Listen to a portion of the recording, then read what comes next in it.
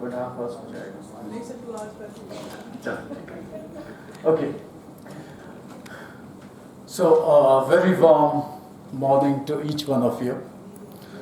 And I think I have to stand here so that they can take it. Otherwise, I would have preferred to be nearer you. Down. Okay. Okay. As I said, it's wonderful to meet each one of you. I know that you have come from various places and different parts of the country.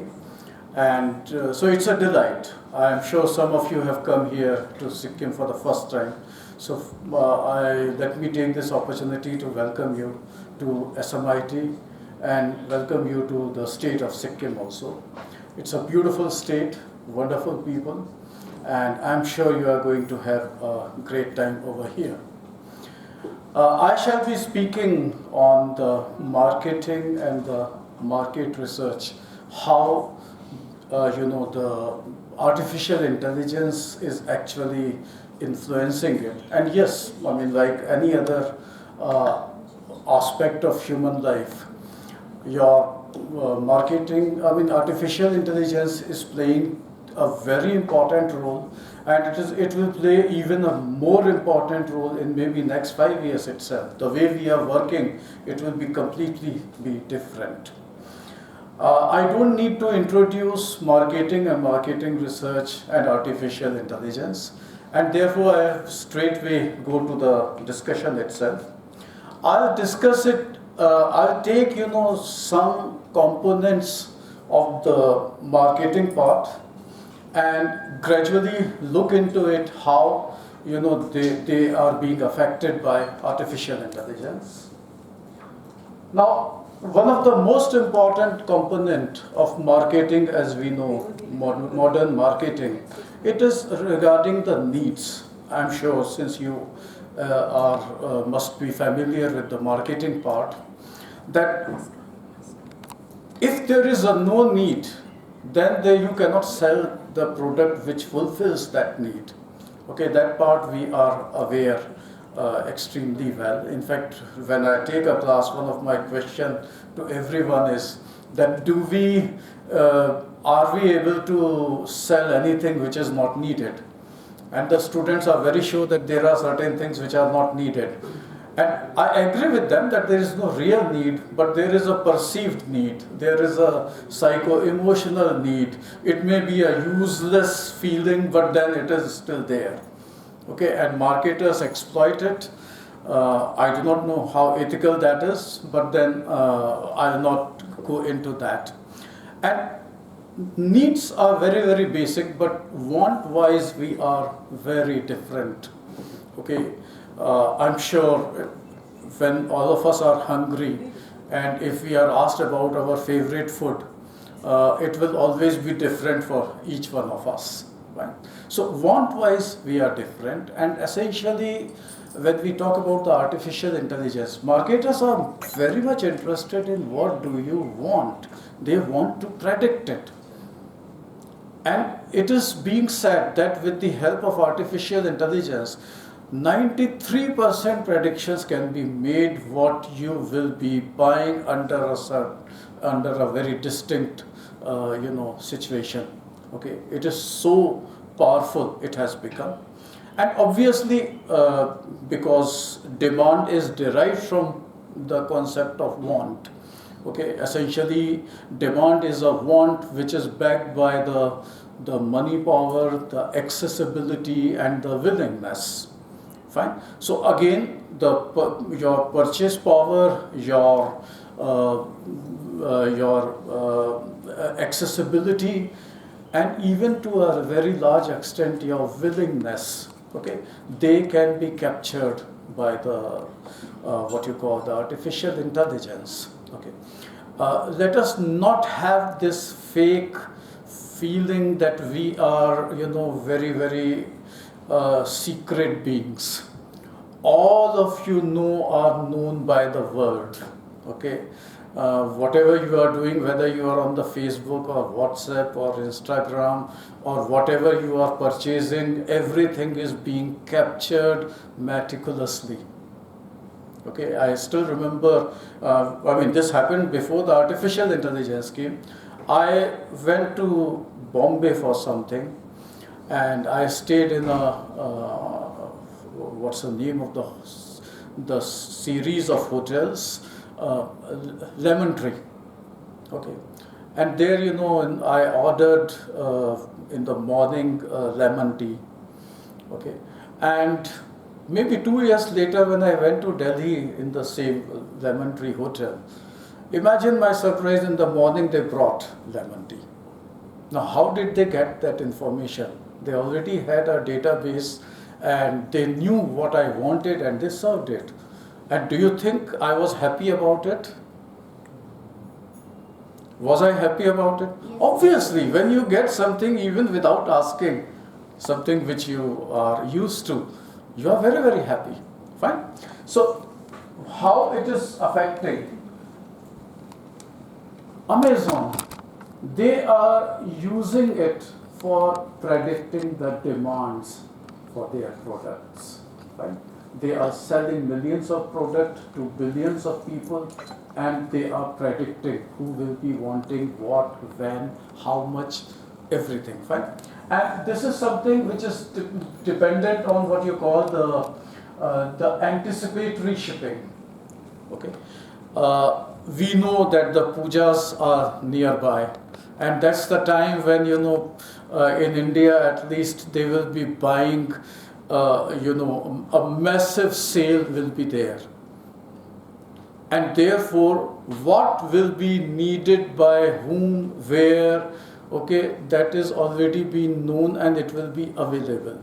It is quite possible that the kind of dress which you are wanting to buy during the pujas.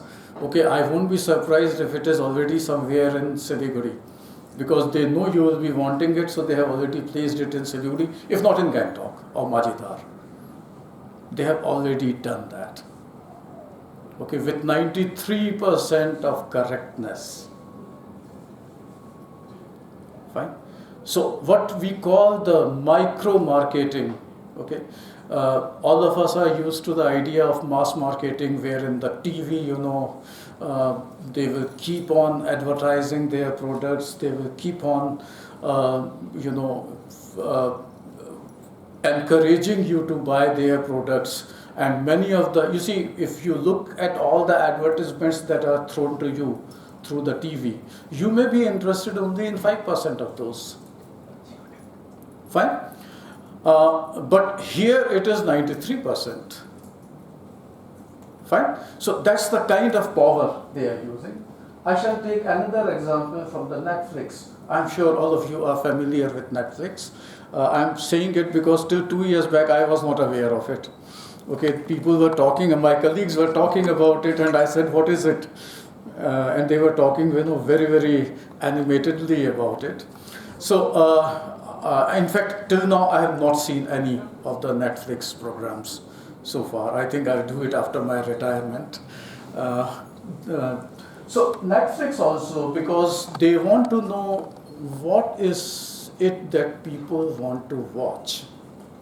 Okay, as individuals. Okay, somebody may be interested in programs which are history-based, historical, programs. Some may be interested in crime thrillers.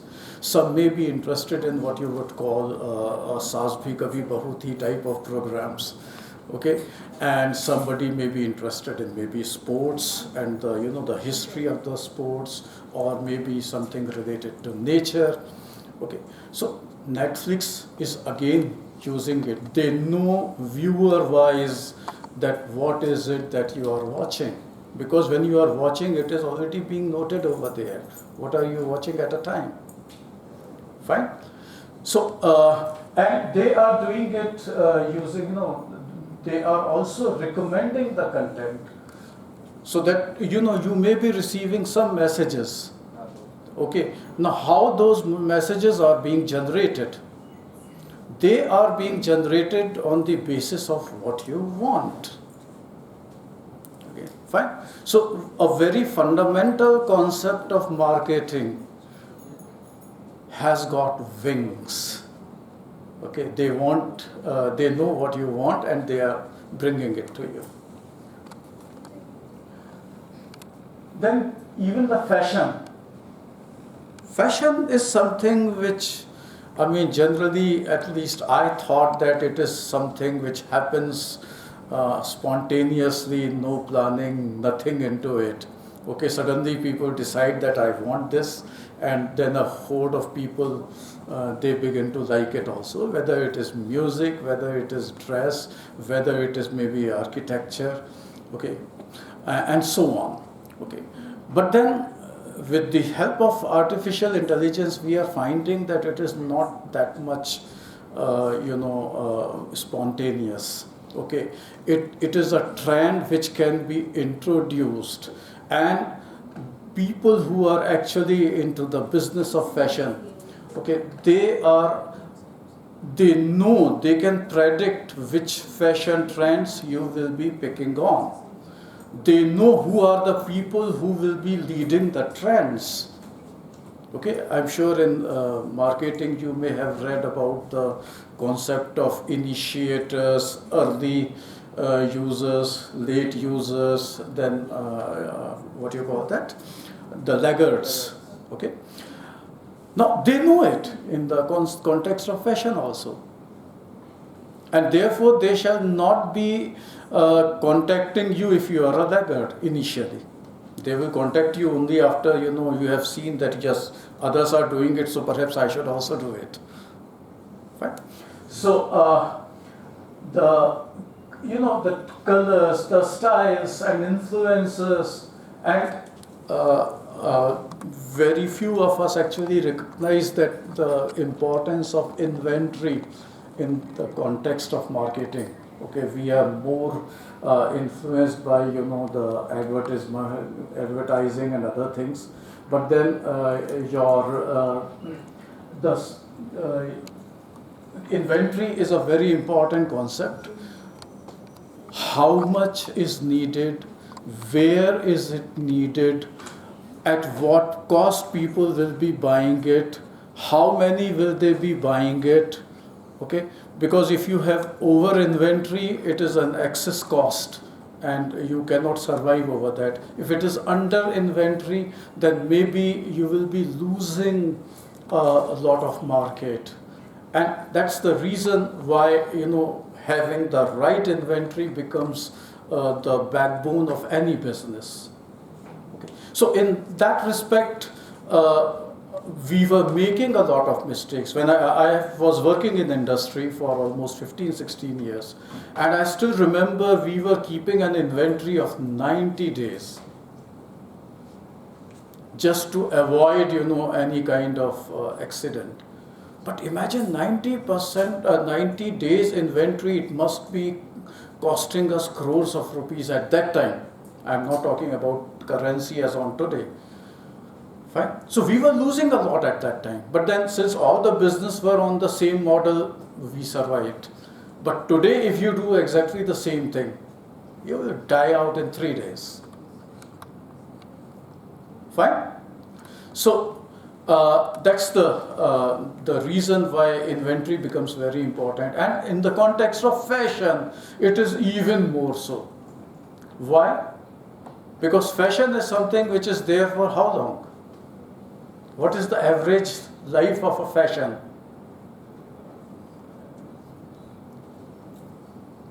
Few months. Then there are fads. The fads last how much? Maybe few days or maybe a month. Fine. So you may believe that, okay, this is the fashion, there is a very high sale going on, and then accordingly you keep an inventory of millions and millions, and suddenly, the fashion dies. So you lose, whatever you have produced, nobody is going to buy it because already the new trends of fashions have come up. Fine? Okay. So in that respect, Zolando, fine, they are using the machine learning algorithms and techniques essentially to very correctly identify what is needed, how much is needed, till when it is needed. Everything is being done. Social media listening. Have you heard of this concept? Social media listening? On internet, we believe it is an abyss where we can go and say anything, and it does not matter much. Although people who are in USA, they are learning now that it is not that. Okay, Donald Trump, he is now punishing people for what they have put in the social media. Okay, all the Indians who are wanting to go to America, right now they are busy wiping out every footprint they had on the Facebook or any of the social medias, because that can be used against them for not giving them the opportunity. Okay, today even all the employers, even within India, they are going to your social media. In fact, a law may come, it has been proposed, where your employers can legally ask you to open your account so that they can see everything over there. Fine? So, that is what we call the social media listening. Your sentiments about anything, even if you are liking something or you are disliking something, that is not only being, tracked, that is being measured. Fine? So,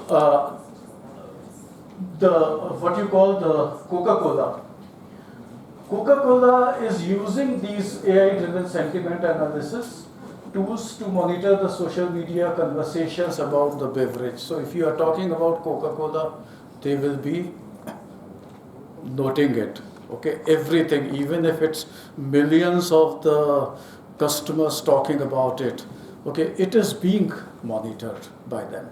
Okay, and accordingly they are deciding what to do, what changes to bring in.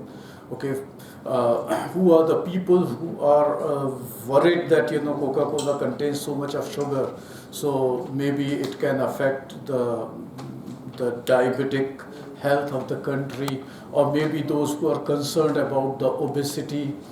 Okay, all those things they are actually listening to. And the zero sugar drinks which have now come up and which are coming up even in a bigger numbers, it is on the basis of this kind of social media listening that they are doing it. Food industry. Food industry again is an industry which has changed dramatically. Okay, which has changed dramatically because when I was a child or even when I was a student, the culture of eating outside did not exist. Okay, because maybe it was too expensive, or maybe, in fact, you see, I still remember, we looked upon, my grandmother will look upon people who will eat outside as, some kind of immoral people, that they go and eat outside, kind of a thing. But then, dramatically, we are finding the changes. There has been a social change. The social change is that the working women have come up. And when I was in Bombay in 1990, sometimes I went there, and I was happy as well as surprised to find, in Bombay there are local rail stations. And in every station in the evening, as soon as you come out, okay, some ladies will be there with, vegetables washed, cleaned, cut, and masala added to it. Why? Because a working lady will come down from the train, she will buy that vegetable, go to ham, just put it in for, frying, for cooking, and then, that's all she had to do. Fine? But more than this, now we have gone a step ahead. Now there are families which are saying, why do the cooking at all? Zomato is there. Fine? And I'm just mentioning Zomato. I know there are many more. Okay. So, of course, there are people who are saying that this will destroy the families. Okay, there are people who are saying that a very strong cultural aspect will be lost. But, That is not a part of the discussion. So I am not getting into it. There are always some advantages, some disadvantages of anything that happens.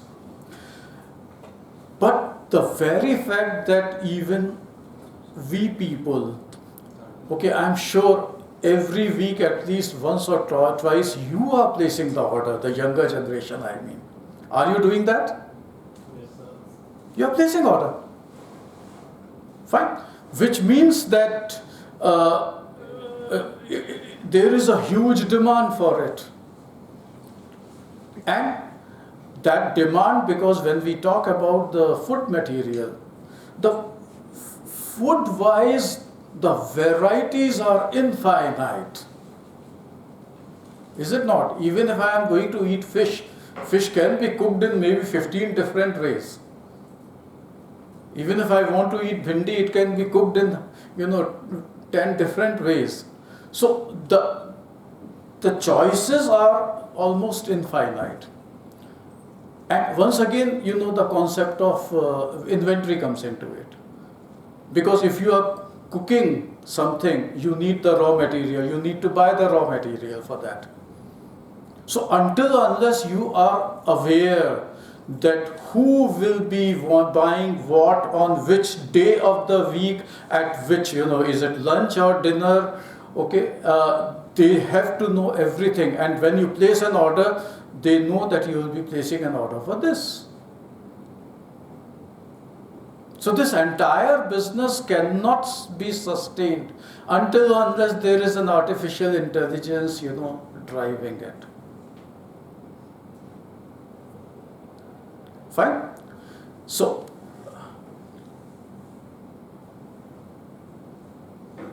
e-commerce. I'm sure you have heard of chatbots.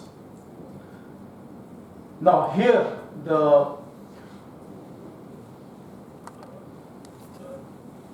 I'm coming to what you call again the fashion part of it.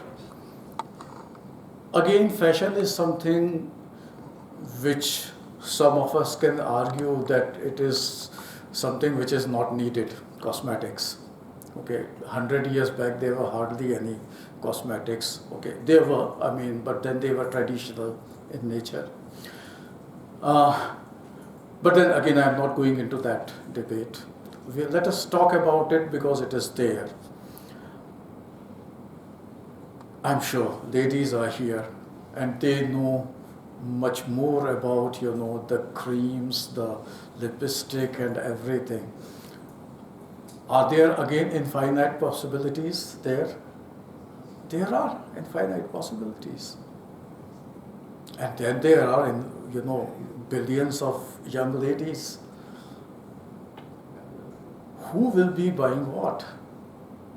Okay, so nowadays there is a concept which we call the prosumers. Have you heard the term prosumers? Prosumers is a word which is made up of producer and consumer. So if you are consuming some article, the chances are you are also a producer of it. You may not know it. But then these people, they are asking you questions. They're asking you regarding your, what kind of skin you are having. Okay, they are inviting you, come and for free, we can check what kind of a skin you are having or what kind of maybe the nails you are having and so on. And accordingly they are making it. So without knowing, you may be thinking you are a consumer, but you are a prosumer because you are helping them to produce something. Okay, your inputs are the most important inputs for them. Fine? Unmet needs. This is a very important concept for marketers because marketing depends only on the needs. We have to continually, we have to keep on finding the needs which are not fulfilled as yet. Okay, And many things are happening without your knowing it. Okay. I still remember when shampoo was introduced to the world in India. I was maybe 11, 12 years old when the first shampoo came to my home. Before that, the concept of shampoo was not there. Okay. Now the shampoo came, and essentially it was that it will be used once a week kind of a thing, and they gave the quantity also. Later onwards, they started finding certain new things. For example, they found that carrying a shampoo bottle when you are traveling could be disastrous.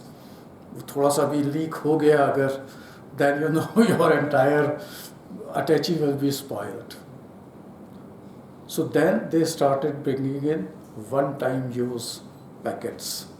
So it was an unmet need for the travelers.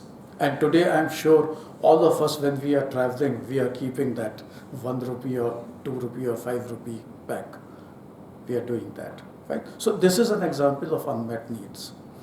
Another frustration which I had faced with shampoo was that during the winters, if there is very little quantity in the bottle of the shampoo, then you upturn it and you keep on waiting for, for maybe a minute till, the first drop trickles down. And during winter, you have put water on yourself, you are shivering. So suddenly I find that, the bottles, shampoo bottles, they have their, what you call the head is, broader. So you put them down, upwards, downwards you put them. So that shampoo is already there at the bottom. So as soon as you take it out, it is there. So you don't have to shiver for 1 minute or 1.5 minutes to get the shampoo. So this is just, I'm giving you an example of unmet needs. There are hundreds of unmet needs. I use this thread. Before this, one of my colleagues, she had first introduced it to me. Otherwise, I was losing my spectacles maybe 3 per month. Okay, wherever I go, I'll leave it there, and then I forget about it, where I left it. So it was something very, very much needed by me. Okay. So how is artificial intelligence is being used? See, once again, millions of product reviews, consumer comments, everything is being viewed, and they are finding that which is the unmet need of which category of customers, and they are seeing to it that those unmet needs are met. Fine. What is the reason there are so many innovations in last, say, 15, 20 years? Before that, if you, till 2000 or maybe till 1990, life was going very slowly. Okay, I mean, there were not hardly any changes from generation to generation. But I belong to a generation which has seen such massive changes. And I believe you are going to see even bigger changes, because when the artificial intelligence takes in, okay, it would be, it is going to grow even much, much, much faster. Okay. I had read a book called The Future Shock. I had read it long back, where the author, he had said that technology is changing every 5 years. Society takes, one generation to change. So he was talking in that context. Today, the technology, is it changing every 5 years? Every 5 days. Every day it is changing. Fine. So that's the reason, because it is changing. There are unmet needs, greater unmet needs, new unmet needs, and that's where the artificial intelligence is actually, capturing them, giving ideas to the marketers, innovators, and they are coming up with new products. Okay. So All of us, I hope, agree that needs and wants, they have been affected a lot by artificial intelligence. Now I come to the second aspect of marketing, which you must be knowing, which is segmentation. Uh, all of us have similar needs, but then want-wise we are very different.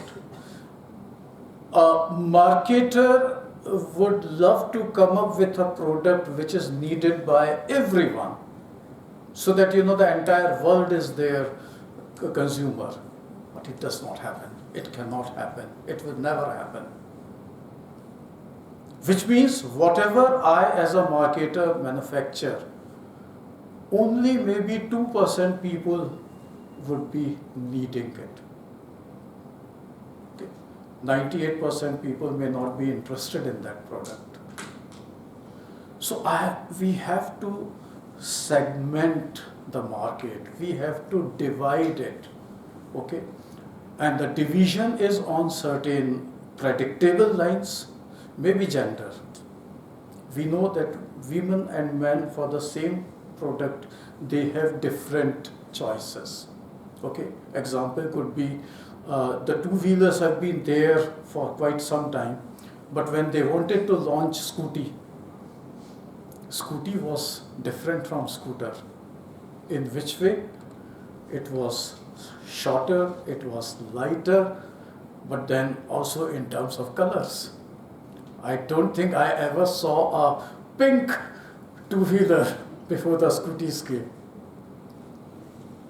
And whatever you say, girls, they like it. So gender is one predictor, age is another predictor. Okay, what I want at this age, you may not want it at your age. Right? It could be on the basis of education, and a more educated person may have a different choice from a person who's less educated. It could be on the basis of ethnicity. The Bengalis may want something which the Nepalese may not want, and the vice versa. Okay?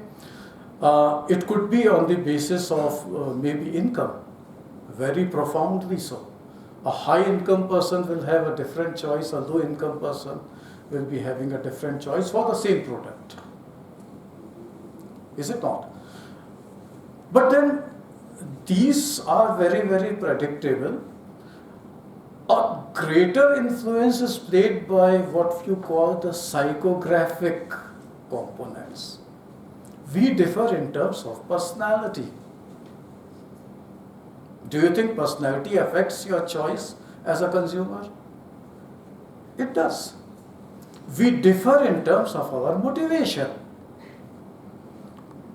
We differ in terms of maybe what kind of self-image we are having.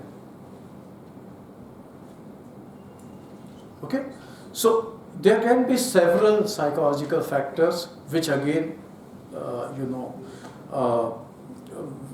affect the consumers. And therefore, segmentation is not as simple as it appears. Age, gender, we can understand, but the moment you come to the psychographic aspect, it is very difficult. Okay. When you look at the definition of psychology, the psychology is the science of or the study of behavior. Fine. And in a normal world, it was very difficult to measure the behavior. But artificial intelligence is actually making it possible. Okay, so far our studies were, our market research studies, they were based on the concept that we will ask people, do you like this? Do you like this on a scale of 1 to 5? Okay, so you say 2 or 3 or 4, something you say it. But when you are saying it, are you saying it honestly? Nobody knows. So what you are measuring is a expressed belief. But expressed belief is cannot be trusted, but your behavior can be trusted. What you do actually, okay, that is a much better predictor. So if I buy the same brand for 5 years, people know that I am loyal to this brand. And today, these kinds of data is being captured. Okay, your personality is known to people. You may not know it because you have not actually measured it. But the marketers already know your personality. They already know your attitudes. They already know your values. And accordingly, they are talking to you. Fine? Now, again, I am going back to the example of Amazon. The artificial intelligence clustering algorithms, K-means and hierarchical clustering, customers' browsing history, purchase frequency, spending habits, product categories, fine, frequent buyers, occasional shoppers, fine. Today they are doing that also. Whether you are doing it frequently or you are just an occasional buyer. Fine, they are aware of it. They are keeping the record of that. The churn prediction and segmentation in the telecommunication varies on. They are using artificial intelligence to segment users based on usage patterns, billing history, service interactions. They identify high-risk churn segments and offer them retention incentives. Now, there are some people who are predictable. Okay, they will be buying whatever they are buying for years together. But then there are some others who are notoriously, unfaithful. They say today they buy this, tomorrow they buy something completely different, and then they do something very different. Now, I am a marketer of one product. Okay, how do I handle such people? I have to provide them incentive so that they stick to my product. But before I do that, I need to identify some such people. And they have now the data to identify also. HSBC, risk-based segmentation. The banks, they take money from us as safekeeping, but they don't keep it. They again give it out to people who are needing money for starting a business or for something. Okay, now I am told today there are personal loans for the marriage also, personal loans for vacations also. I get surprised because I will never do that. But maybe some of you also belong to that philosophy. Now, when a banker is giving the money, a very important aspect is whether they will get it back or not. Okay. In 2008, there was a massive recession. I'm sure some of you will recall it. What had caused that recession?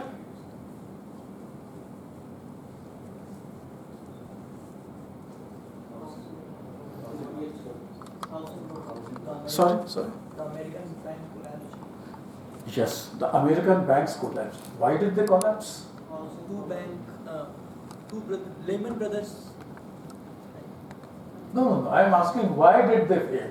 Because of they gave loan so many. Exactly. They loaned to people who could not have returned it. So they gave to millions of people the money, and these people never, you see what happens, suppose I take loan of 10 crore rupees and then I do not return it. What happens? What happens? Can you take the money which I do not have? You cannot. Okay, you are not allowed to come with a gun and say, give back my money. You are not allowed to do that. You will go to the court. The court will call you. And I will go and I will say, sir, I have no money. Yes, I have taken the money, but I don't have the money. The best court can do is to declare you bankrupt. That's all. Fine. So when you give out money to people who will not return it back, the bank has to collapse. And when the bank collapses, the entire system collapses. That's what happened in the year 2008. And therefore, as a bank such as HSBC, they have to be very careful about people to whom they will be giving the loan. If it's a high-risk customer, they will not give it. It's only if it's a low-risk customer, they will give it. The question is, how do you identify who is high risk, who is low risk? There are many people in India, you will not believe they are high risk. Why? Because they have their own personal plane, they are moving around in rich circles everywhere, but then they are doing it on loan. It is not their money. Now, such person, if they go for more loans, would you call him high risk or low risk? He is high risk. Apparently, he may look, very rich, but he is not, or he or she is not. And therefore, finding a customer who's low risk is very critical for them. And so they are having, personalized financial advice, targeted cross-selling. So they use the AI for segmenting customer, spending habits, loan repayment patterns, credit utilization, and so on. E-commerce. We were talking about the psychographic just a while back. For e-commerce, again, psychographic plays an important role, not just the demographic. Shopify, the merchants who are using the artificial tools. So there are AI tools such as Optimove or segment to group customer by values, lifestyle choices, and shopping motivations. Okay. You are known by your values. Okay. You are known by your lifestyle choices. What is lifestyle?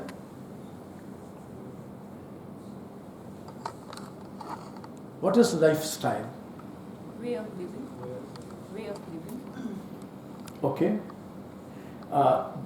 You have given what I would call an English meaning of it. I am asking in the context of marketing. Lifestyle is what you do with extra money and extra time. If I give you 1 crore rupees each and 1 month, whatever you do with it, I'm sure you will be doing different things. That is your lifestyle. Extra money, extra time. Okay. Otherwise, we are same. If you talk about food, we are more or less same. We consume wheat and rice in different forms. That's all. Okay. So, your lifestyle is known.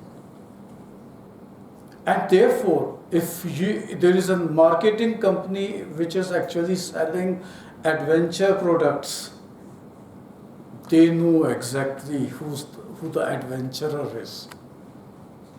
There is a company which is selling products which is essentially an experience. They know who are the ones who want the experience. Okay. Not everybody goes for bungee jumping. Some people do. Who are those people?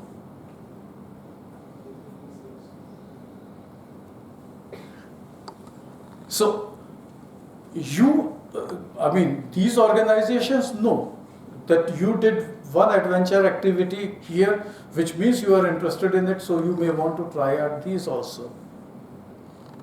And accordingly, you will get messages.